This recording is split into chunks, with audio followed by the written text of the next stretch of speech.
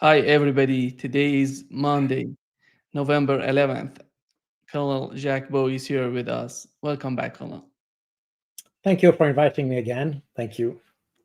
And let's get started right now with what's going on between Israel and Lebanon. In the southern part of Lebanon, as we talk, Israelis were announcing that they want to Hezbollah or Lebanon, they ordered for 21 towns in southern part of Lebanon to be evacuated.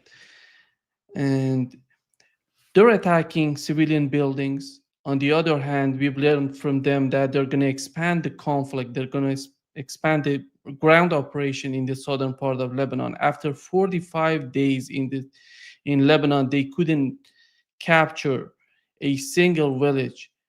And right now they want to expand. We had changes in Israel. The defense minister was fired by Netanyahu, and the new defense minister is in charge right now. How do you find it in the southern part of Lebanon, and how do you see the strategy of Israeli army? Well, in fact, Israel applies exactly the same strategy it applied in Gaza.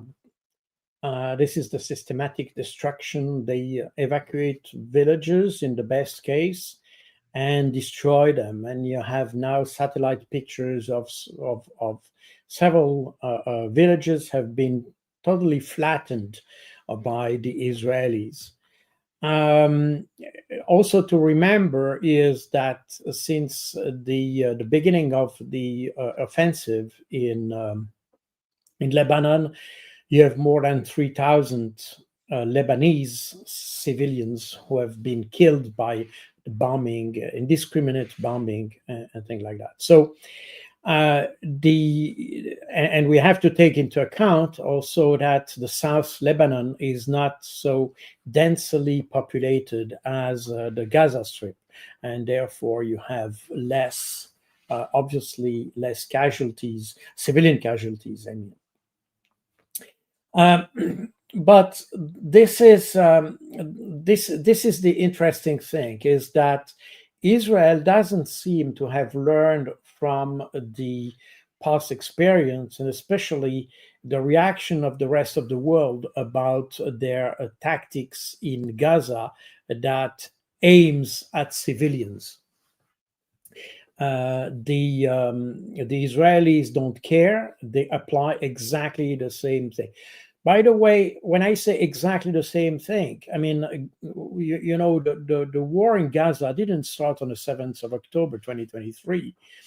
Um, in fact, the Israelis bombed Gaza regularly since 2007. They have regularly bombed the population, civilians in Gaza. Therefore, you have thousands of casualties in the Gaza Strip before the 7th of October.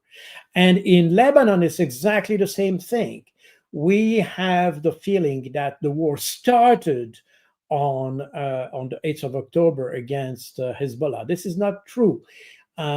Israel bombs regularly Beirut and the southern part of Lebanon, even the Bekaa Valley, and this is reported regularly by the UNIFIL, the UN mission, this is the UN interim force in Lebanon, and they report regularly a violation of the Lebanese airspace, bombing of the population, even using the supersonic bang just to disturb the population. So the aircraft just go through the sound barrier just to scare the local population. So this is a game that Israel does not just with the occupied uh, Palestinian territory, but also with its neighbors.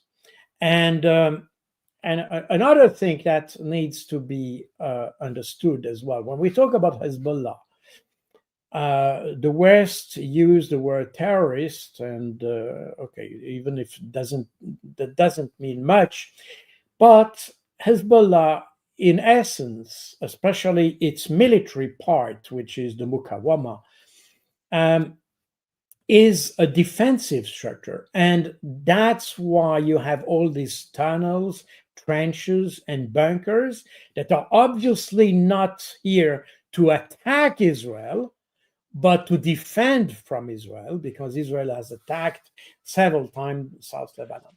And despite this, the Israeli continue to bomb Lebanon. Now, it seems that they have difficulties in South Lebanon, because I read, but it's always difficult to have a very precise picture of the situation, because Israel doesn't provide much serious reporting. And there is reporting for Hezbollah, which is more reliable. If we look at if you compare the facts and what they say, it's reliable. But still, it's one side that reports. In any case, there is some reports that out of the 4 divisions that seems to be involved in South Lebanon, Israel has, seems to wanting to withdraw 2 of them. So meaning that, and if we look at the map, we see that they didn't reach all their objectives, which was to push the. If I have a map here, I can show you probably that could explain a little bit more. Sorry, I can show you that. And we see that the idea of the Israelis was to push Hezbollah back to the Litani River, which is here in blue. And in 1.5 months, they have not been able to do that. And in fact, this orange strip here is the contact line, if you want, between Hezbollah and the Israeli forces, meaning that apparently the Israelis have very difficulties to penetrate the South Lebanon. And that indicates that as it was the case in Gaza, the Israelis are not prepared for this kind of fight. This is also very strange, because in 2006, they encountered exactly the same problem, meaning that the Israeli Defense Force is organized as a conventional army, as we know in Western Europe, for instance. But obviously, the adversary they have, both in Palestine, in the occupied territory of Palestine, and in South Lebanon, are not conventional in the traditional sense. But apparently, the IDF is not organized for this kind of enemy. In 2006, they noticed that, but apparently they didn't change much. And today they face exactly the same kind of problem. They have mechanized and armored divisions, but they cannot use the tanks, because the tanks in that kind of terrain are extremely vulnerable, as it was the case in Gaza. They have lost a lot of tanks, armored vehicles, and soft skin vehicles, because they are not suited for guerrilla warfare. And in South Lebanon, it's exactly the same thing. And you'll see a lot of comments on the social networks saying, "Where are the tanks?" Because we don't see those Israeli tanks, because they are scared to engage these tanks on such kind of terrain. Meaning that the problem of the Israeli army is that it's not very innovative. It still relies on the idea of crushing the enemy, destroying the infrastructure, regardless whether this infrastructure is military or civilian. They consider the whole population as enemy. And the result is that you see, if you look at Lebanon, Hezbollah is a political party, but it represents only a fraction of the Lebanese society. So you could expect, in certain situation, that the rest of the Lebanon would say no to Hezbollah, for instance. But it's not the case.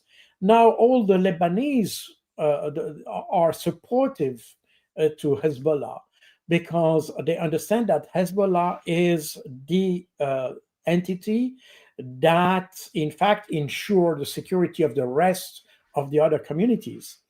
And and Israel has never been able to break that, let's say, this kind of national unity that could be probably broken if Israel would use other kind of strategies, but they are not able to do so. As a result, we see that the resistance in South Lebanon, and we are talking about Hezbollah, but in fact there are other units, also non-Shia units, also participating in the fight, and this resistance is very harsh.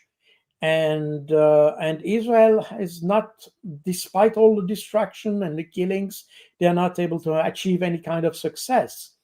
So we have here an interesting, we have discussed many times the situation of Israel towards versus its adversaries and its neighbors. We see that Israel now is losing on each single front it is fighting, against Iran, against the Houthis, against the West Bank, against Gaza, and against Lebanon. They achieve a large amount of civilian casualties, that they are very good at that, but they're not good at achieving military success. And this creates a situation that is tragic for the Arab population of the region. But I think, almost more importantly, it creates a situation that deserves uh, Israel in the long run at strategic level, because we see more and more all over the world, and we can probably talk about this when we talk about what happened in Amsterdam and things like this. But what we are seeing now almost everywhere is that people are rejecting not simply the Zionists, but also the Israelis, and even more tragically, the Jews. And because Jews are not, I mean, all the Zionists, I mean, all the Jews are not Zionists, and all the Jews are not Israelis. But the fact of the matter is that slowly we see this type of situation where people reject, and we have now hotels in Japan, in many countries, both in Europe and in Asia, who don't accept Jews anymore. There is a country, I think it's Japan, where they mentioned, I mean, they use the expression Zionist free zone. So meaning that the gain, or the gains that Israel is achieving by killing civilians, is in fact a strategic loss at the broader level and even at global level. And that probably also partly explains the defeat, not the victory of Donald Trump, but the defeat of Kamala Harris, because the Democrats in the U.S. are traditionally, you have a lot of Jews, but you also have a lot of Jews that are different from the Jews in Israel. And you have a lot of Jews that think that the Palestinian issue should have another kind of solution as the one we are witnessing today. And therefore, they are very critical about the policy of Joe Biden. And namely, I've seen a poll that said that about 70% of the Democrats wanted Joe Biden to stop arms delivery and works toward a ceasefire in Gaza.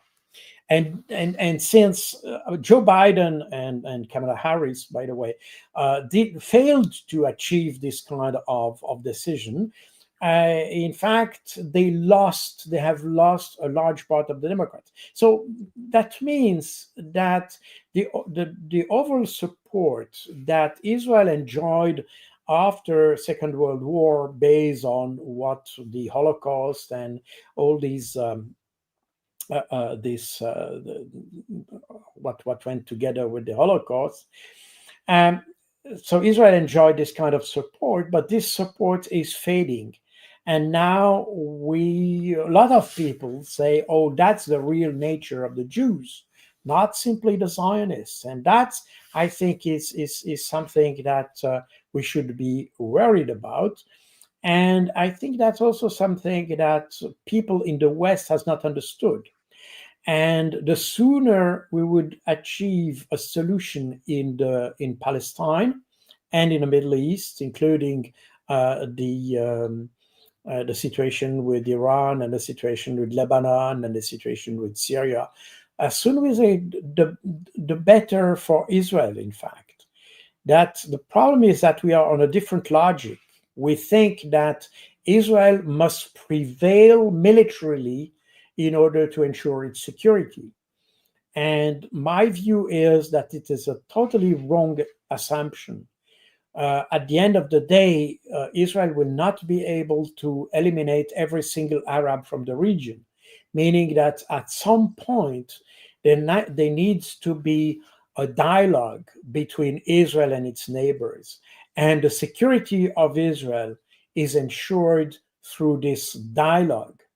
Again, I have mentioned, even on your channel, I think I mentioned the example of Switzerland, and I think that's the kind of model Israel should follow. I mean, security by cooperation and not security by confrontation. And that's, I think, what we are witnessing today is, of course, neighbors of Israel have armed themselves. They are prepared to face Israel. And that applies, by the way, also to the Palestinians on the Gaza Strip, meaning that Israel today has counted on its past successes to achieve success today, but the others have worked harder and they said, okay, we didn't have success in the past. Now we should work towards success. And they have prepared themselves. And now they are much better prepared than the Israelis are.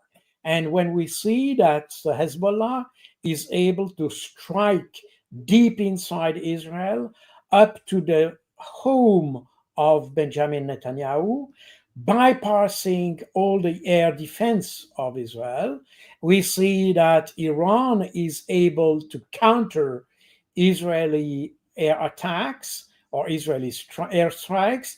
But on the other hand, Iran is able to go through the complex Israeli air defense, meaning that Israel has definitely lost its advantage in terms of military power.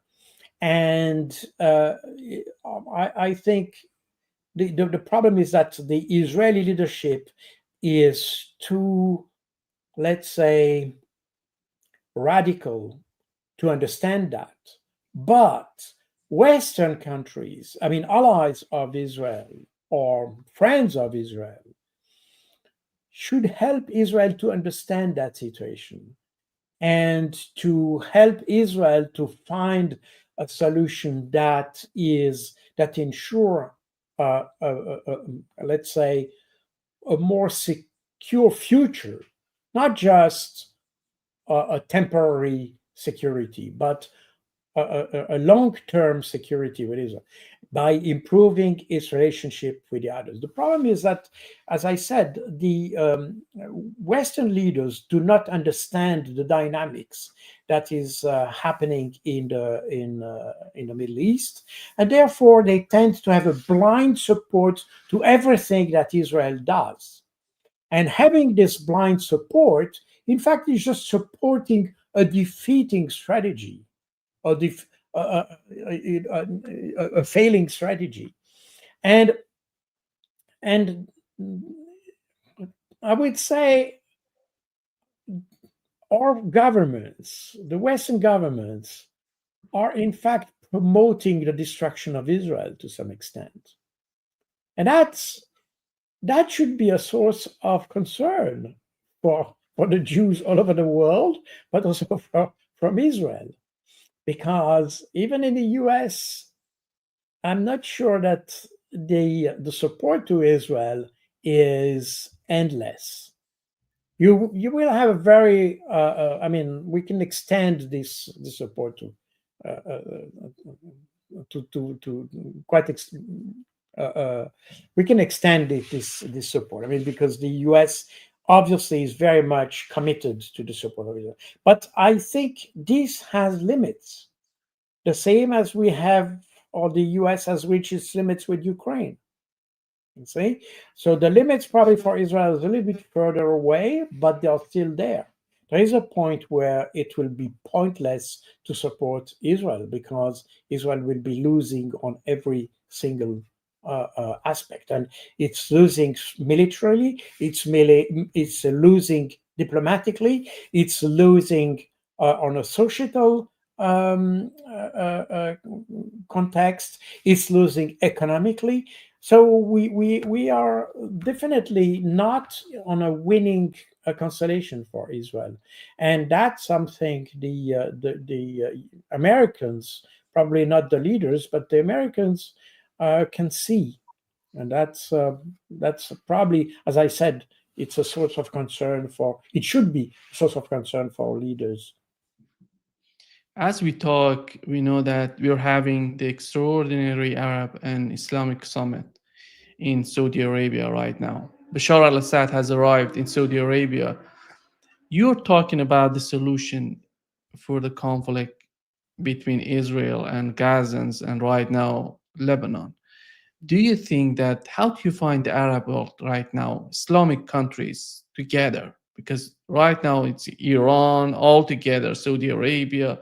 You have the head of military of Iran just meeting. Actually, the head of military of Saudi Arabia went to Iran to meet with the head of army in Iran. How do you see the way that they're talking about the conflict between Israel and Gazans right now, Lebanese? Do you think at the end of the day, are we going to see some sort of unity within the Islamic countries to go after some sort of solution? Well, we may have that. Remember that the main ally of Israel is are the United States. Now, for decades, the United States has been the locomotive of the Western economy, and including Europe and all that. Even the world economy, in fact, was very much driven by, directly or indirectly, by the U.S. economy. But today we have a significant change, and namely that the locomotive of world's economy is more and more becoming the China, and I could even extend that to Eurasia, because we see that China, India, Russia are become the center of gravity of world economy to some extent. And all these countries that had agreements with Israel, like Saudi Arabia, Jordan, Egypt, these agreements, in fact, were not the result of Israeli diplomacy, but the result of US diplomacy. The US enforced these agreements in order to ensure the security of Israel.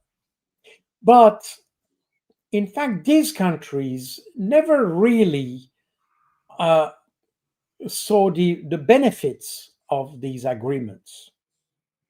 And the 7th of October has disrupted the whole issue of the Abraham agreement, especially with Saudi Arabia. And now the situation has been frozen regarding these bilateral agreement with Israel, and has launched another dynamics which is driven by what you can call the BRICS, but the BRICS is a very informal type of relationship, if you want. Uh, but it has, above all, creates a dynamics in which all these countries feel that they share a same same space, first of all. So they have this Middle East, which has a definitive specific cultural, religious, and all these aspects in more or less in common, because there are also divergence in that, but they still have this divergence in common, if I can put it that way. And they realize that. And they realize that the United States, in fact, by acting in the region, destabilized the region. And what happened in 2001 in Afghanistan, Afghanistan is not really in the Middle East, but it affects also the situation in the Middle East. But above all, what happened in Iraq showed that the US, in fact, has completely destabilized the region and had created new type of antagonism even within states. Look at Syria, for instance, or Iraq. And therefore, people have understood in the Middle East that probably it's better if they work together than continuing working with the United States and Israel. Israel being the kind of forward base of the United States, or maybe United States is the real base of Israel. I don't know, but in any case, we see that there are interests that are not uh, uh, Near Eastern interests. They are Western interests, not regional interests.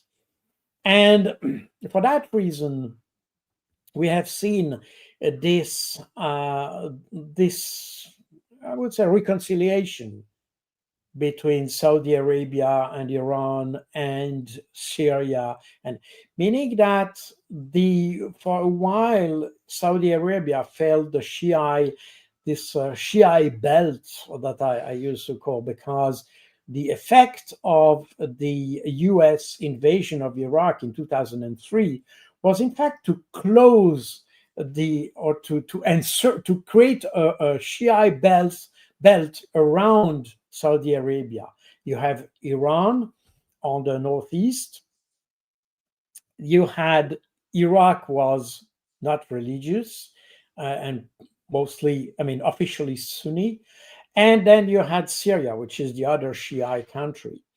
And with the invasion of Iraq, in fact, the US has reestablished the Shia in power and therefore closed that belt around Saudi Arabia. That's probably something that made the Saudis uncomfortable. But they realized that these Shia community, Iran notably, but also Iraq and Syria, are not antagonistic. They are not, and Iran has no history of attacking its neighbors since the end of the 18th century. It has never attacked anybody. So they are basically peaceful neighbors. And I think the Saudis have understood that. And they have understood that probably in this change of balance of force that is happening in the Middle East, it's probably better to make friends with those who are prone to be friends. And that means that cooperation is probably more productive than being adverse. And that's I think the position of Mohammed bin Salman in Saudi Arabia, but it's also the position of the leadership in Iran, in Iraq, and also in Syria. Syria has been put aside from the world community in 2012 or so because of the civil war, which, by the way, was instigated by Israel and the US. Um, but today, I think the reality shows that, in fact, there's a very Bashar al Assad, despite everything we say in the West, especially in Europe, where the mentalities are extremely opposed to Bashar al Assad. I mean, the leadership, the European leadership. But when we look at the reality on the ground, we see that Bashar al Assad enjoys a very strong popular support. And those who try to challenge his power were, in fact, those extreme radical extremists that are today fighting alongside the Ukrainians against the Russians. So we see that the whole thing, if we look with a very objective and neutral eye, what's happening, we see that there is things are can be harmoniously adjusted if we accept the fact that we can talk to each other. The only country that doesn't accept this idea of talking to its neighbors is Israel, because they always thought that they could impose themselves through force. And that was even theorized by the the the father of the Zionist the faction of the Likud, which is now headed by Benjamin Netanyahu, and that was Jabotinsky when he wrote, I think it was in the 20s, a book called The Iron Wall, meaning that he admitted at that point that Israel, or it was not yet Israel, but it was the Jewish state, could impose itself and impose its will in the region by force and only by force. Um, and that was no idea of trying to integrate in the region through dialogue and diplomacy. And this is a doctrine that it has remained exactly the same, which is applied by Benjamin Netanyahu. This is this iron wall doctrine that you have to fight your neighbors because you have to impose your presence through force, and at the end you will have this iron wall between you and the others.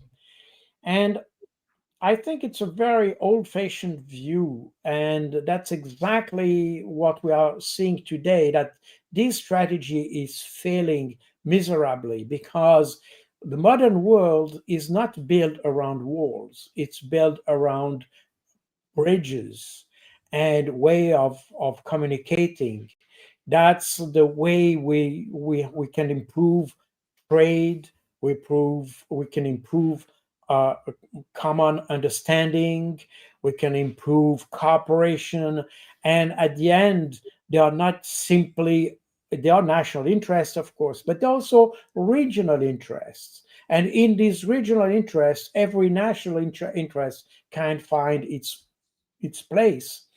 And but that means that to achieve your national objectives, you need also to talk to others. You cannot do that at the expense of others.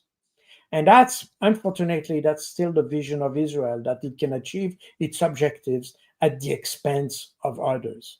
While I think after World War II, the Europeans understood that we should not develop ourselves at the expense of others, but we should develop ourselves with others. And that's probably what the Islamic world in the Middle East has understood, but Israel has not yet.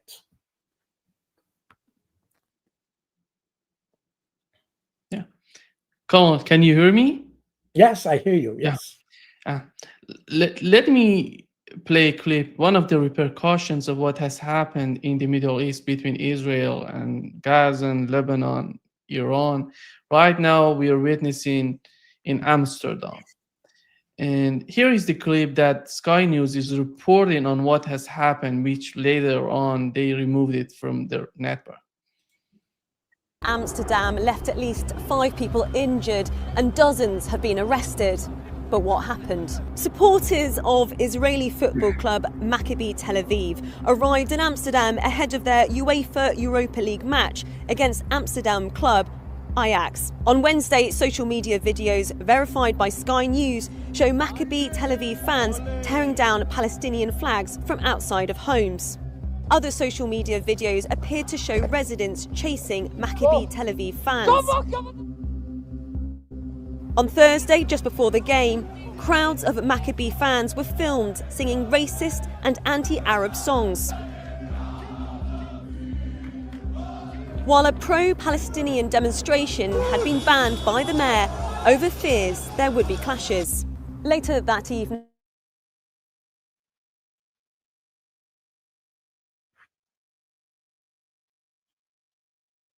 and fireworks.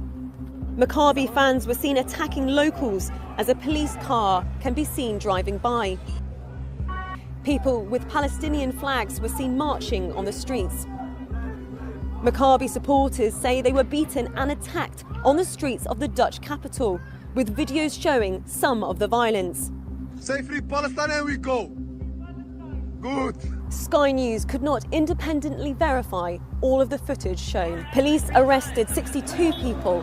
5 were taken to hospital, but have since been discharged. Israeli far-right ultras are notorious for their racism and physical violence. Dutch, Israeli and British leaders denounced the attacks as anti-Semitic and even referred to it as a pogrom. But their statements failed to mention the assaults by the Israeli hooligans against Dutch citizens.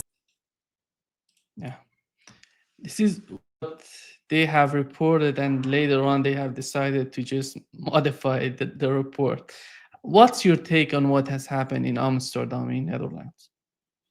Well, first of all, I think what happened, in fact, if we just for a second we will remove the Palestinian context, is something we see in many football and soccer matches in Europe, that you have those hooligans who start to violence and attacks on properties and individuals just because they are not happy. And that was particularly the case because the Maccabi Tel Aviv lost, in fact, 5-0 against Ajax. So this is something that is unfortunately happening very often. And in particular, by the way, in Northern Europe, where you have this violence related to sport. That's the first aspect. The second aspect is that we still tolerate the politicization of sport, because when we have people advocating for a party at war during competition, I think that should be not accepted. And that applies also for those who have been, you have seen in France, for instance, there is also an organization that deployed a huge, how say, I don't know the word in English, but it was Free Palestine, a huge, crowd? Sorry? A huge crowd out? Well, that was like a banner with the Free Palestine, and that declared concern, because in France it's considered being for Free Palestine is being anti-Semitic. So, but despite, if we put aside the Palestinian, I think sport should be free from politics. That applies also for those Russians who have been banned from competition in the Olympic Games. I think this is a disgrace for the French government, who in fact decided that, and the Olympic Committee, the International Olympic Committee, because sport should remain sport.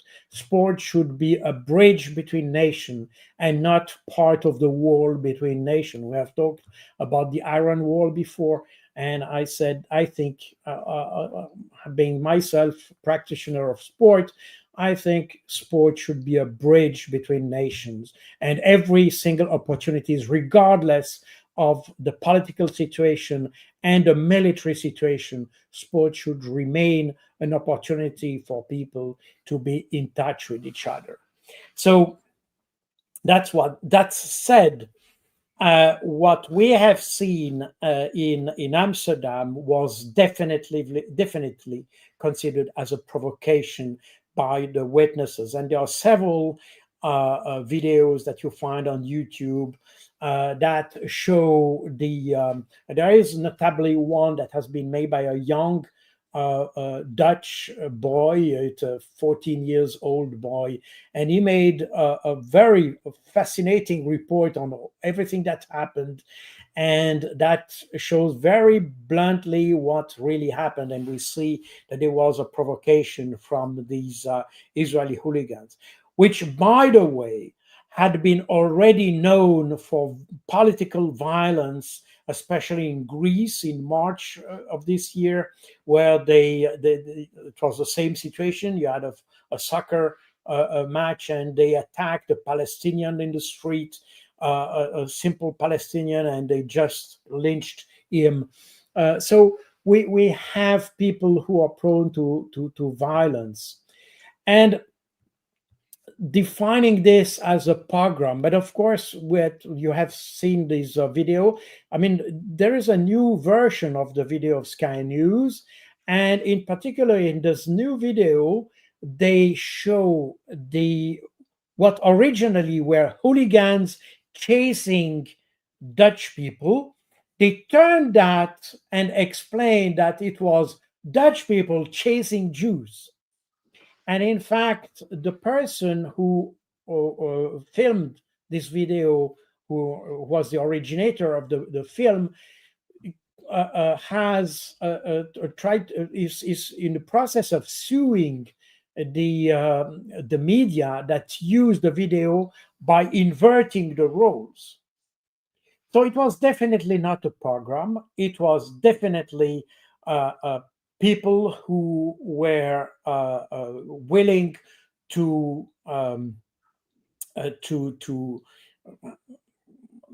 let's say protest or use violence.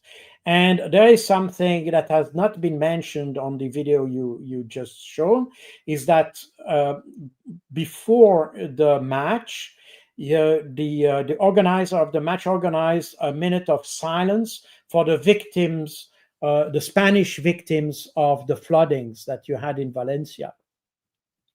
And during this minute of silence, these Israelis started shooting, shouting, and chanting things against Arabs. And the reason for them to do that was because the Spanish government has recognized the state of Palestine, and therefore they didn't respect the minute of silence for the victims, of the Spanish victims. So we see that these guys just wanted violence, period. So the problem here is the way, I mean, that happens in very often, I mean, not always with Israelis, obviously, but this kind of violence happens. The thing is that today we see a political exploitation of something which could have been just an incident as many others. And the Israeli government, but also the European media, tried to give to this incident an anti-Semitic flavor, I mean, a political flavor. And I think this is a totally wrong approach to the problem, because in Europe, as in other parts of the world, by the way, but I think in Europe particularly, people are not against the Jews because they are Jews. They are against Israel because of the behavior of Israel. And I think the word anti-Semitic suggests that you reject someone just because of its religion. I think that's wrong. And everybody I know, and I live here in Brussels, where you have people from all kind of religions and all kind of origins, and you have Buddhists, Muslims, Protestants, Catholic, Orthodox, you name it. So the idea of rejecting someone because of because of a religion is something that I don't see, and I don't. When we talk to people, nobody thinks that way in Europe.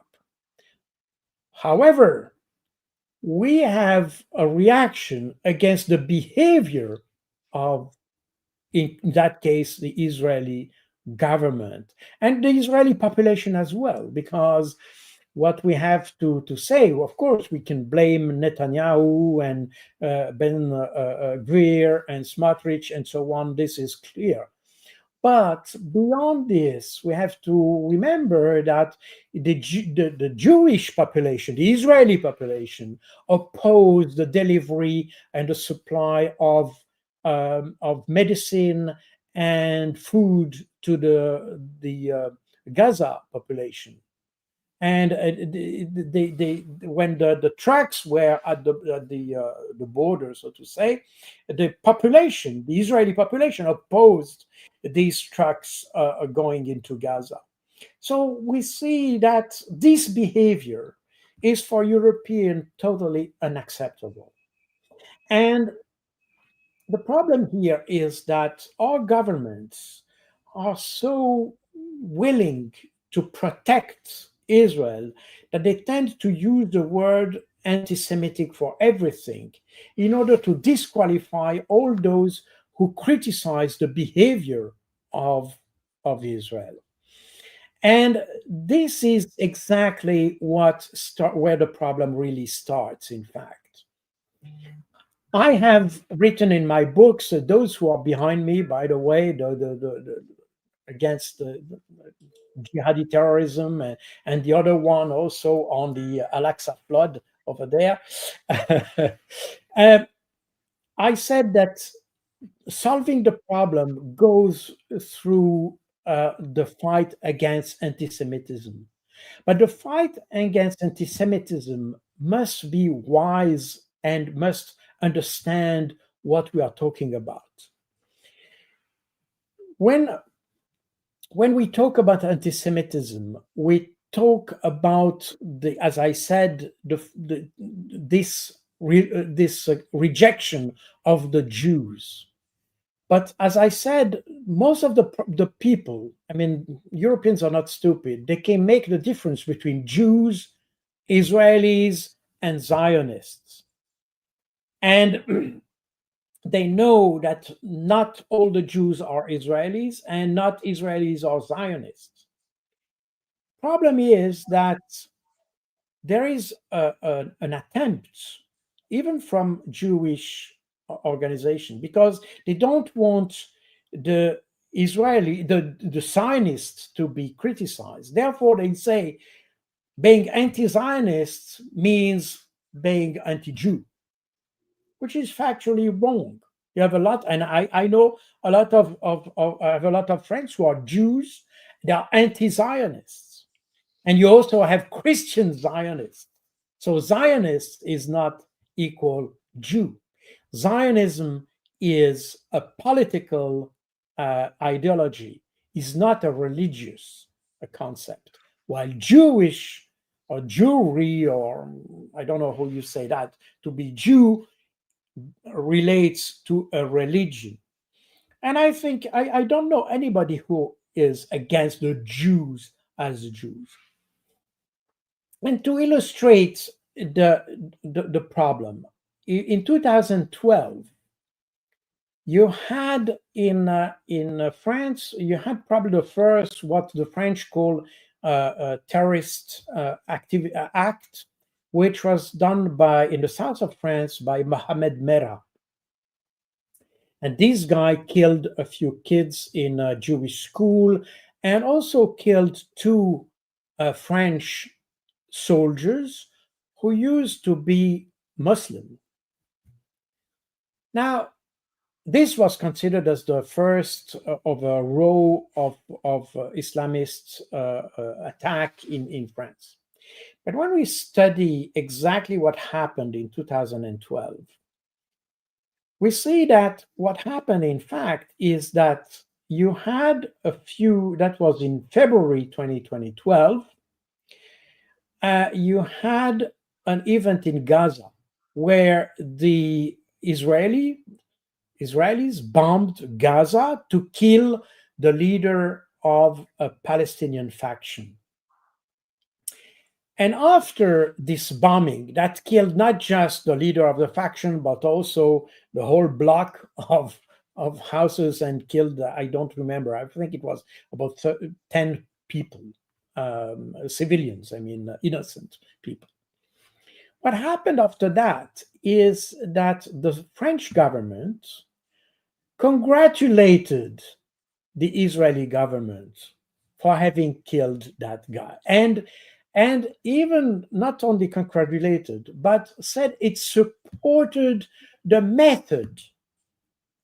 Not just, it was not the fact that they killed, they also congratulated for the method used. And that started outrage in France. And Mohamed Merah was, in fact, probably the tip of the iceberg, and he decided to act upon that.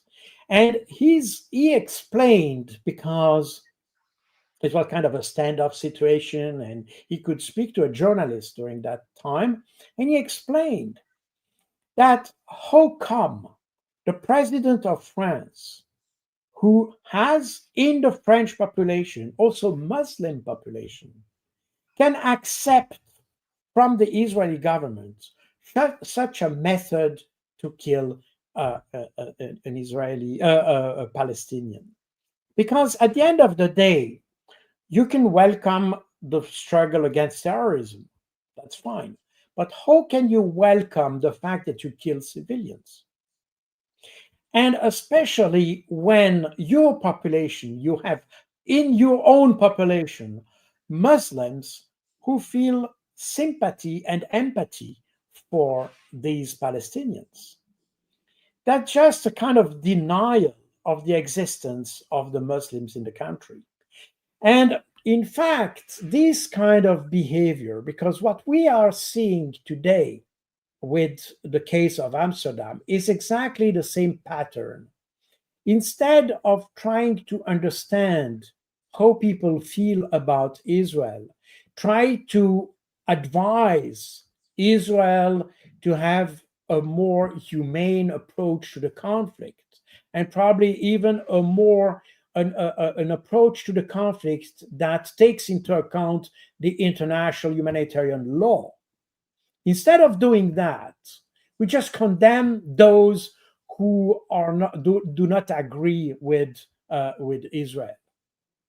And the word anti-Semitism, which used to define people who hate Jews, today the word anti-Semitism tends to define people who are against the killing of children and women. You see, because every time you criticize Israel for whatever it does, even if when it commits crimes against the international law, you are criticized as anti-Semitic. So we have here a lack of a consistency, a lack of coherence, intellectual coherence in the way we approach this conflict. And I think at the end of the day, this lack of coherence gives a false sense of support in Israel, because they feel that because the leaders of Europe, which are, to be honest, when you see Ursula von der Leyen, Emmanuel Macron, Olaf Scholz, Annalena Baerbock, I mean, these guys are definitely not the sharpest knife in the drawer. I would even say that they are probably there because they are not able to do anything else. So the thing is that having the support of these people by Israel is a full sense of the mood that you have in the West and in the world in general against Israel. And I feel that the leadership in the West should be more inspired to be much quieter, to be more critical about Israel, and to help Israel to comply with international law. Because what is happening today is that uh, Israel is despised around the world. And we see that in very lot of countries, we see that the Jews are no longer welcome. Some hotels in Japan refuse Jewish guests. In Switzerland, in my country, and by the way, the police has opened an inquiry for that, there are some stores who refuse to rent ski equipment to Jews. You have in the Maldives, they have declared the Jews not welcome in the country. You have some hotels who refuse Israelis in the country. And more, we have this rejection, not just of Israelis, but rejection of Jews. So this real anti-Semitism is created by the behavior of Israel that nobody criticizes. Nobody helps Israel to go on the right path. On the contrary, when Israel goes on the wrong path, we encourage it. Probably our leaders are the real anti-Semitic. I don't know. But in fact, pushing Israel in the wrong direction is exactly what creates the problem for Israel in the long run. So I think we would be more inspired to be critical about Israel, about the method it used to fight against its neighbors. We should be more critical about the way Israel understands foreign relations and its national security policy. And we should probably help Israel to be more integrated in the region and abandon this ideology of the Iron Wall, because at the end of the day, this Iron Wall ideology will have as a consequence that probably Israel will be expelled from the region. In the history, Jews have been expelled from about 300, more than 300 countries. Today, there are only 200 countries, but 300 is because some countries in the past have already disappeared. But they have, I think, every single country in the world, in Europe at least, has expelled Jews in the history. So we are now witnessing a situation where Israel might well be unwelcome in the region it is. And that's, I think, something I think it would be the benefit from nobody to have such a situation.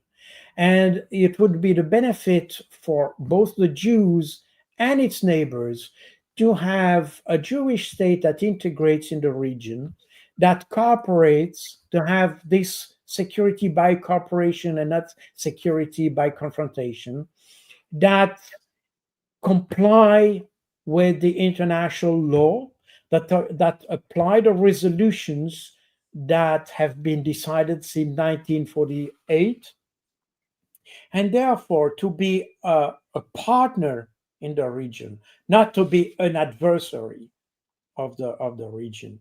And that would be a help for everybody, because then the US would probably not be condemned to support financially, militarily Israel, because Israel would be safe in the region.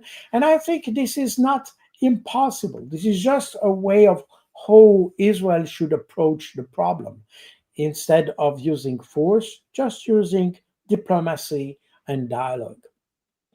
It's easier said than done. I understand that, because it requires, but I think they have several, in the past, you had several Israeli leaders who understood that. the one who was assassinated. I don't have this the name right now. He was assassinated in 1995. Its name get out of my mind now. But this is the kind of guy who probably understood that and probably wanted to change. And that's probably the reason why, by the way, he was assassinated in Isaac Israel. Rabin? Say again? Rabin. Isaac Rabin, Rabin. exactly. Itzhak Rabin. Exactly. Itzhak Rabin. Although he was a hardliner before, but he understood the benefit of being more open to dialogue. And that's probably the way to go for Israel. So I'm not talking about something which is extraterrestrial. There are probably such people in Israel who understand a logic, a different logic, and are able to adjust their ideology in order to be better in tune with the region. The problem is that Israel is made by Europeans, in fact, because most of the Israeli population doesn't come from the region, despite everything Netanyahu is saying that they used to be there 2,000 years ago. Not none of them, but the vast majority of the Israelis have absolutely no ties whatsoever with the Middle East. They originate from Central Europe, and they have a European mentality, and you see that when you see them, you see how they behave. They don't behave like the people of the region, and they even come into a position with the real Jews who used to be born in the area, who originate from the region, which are called the Mizrahi in Israel, and the current Israelis are even in opposition to the Mizrahi, who are very different. Jews and Muslims have lived during centuries in the region peacefully. Very peacefully. The problem came when European Jews came in the region, because then they came with a total different mentality, a more confrontational approach of problems instead of a more transactional. Then in the Middle East, those who have lived in the Middle East, regardless of the religion, but they understand that the Middle East, and that's probably also a weakness of the Middle East, is that everything is transactional. Everything, you can always talk, and you can always negotiate things. There is never direct confrontation, and that's probably also explain the reason why today the Saudis, Iranians, and Iraqi find themselves, because this is a culture which is by essence transactional. The problem is when you start to come with something, a different type of culture, which is more confrontational, as the Europeans have always been. They have been within Europe, they have been with the other countries when they colonized Americas, Northern, South America. The Europeans have always been confrontational. This is their mentality. And the European Jews are no exception. They came in the region with this kind of mentality where you confront people instead of talk to people. And that's exactly, Israel is the product of this, let's say, conflict between two type of not religion, but cultures. A culture of transactional type relationship and a culture of more confrontational type. And that's exactly the problem. So I don't know where the solution is. I mean, the Israelis should be intelligent enough to understand that and to adjust. But are they? This is a question. Yeah. Thank you so much, Colonel, for being with us today. Great pleasure, as always. Thank you very much for inviting me. Thank you. My pleasure.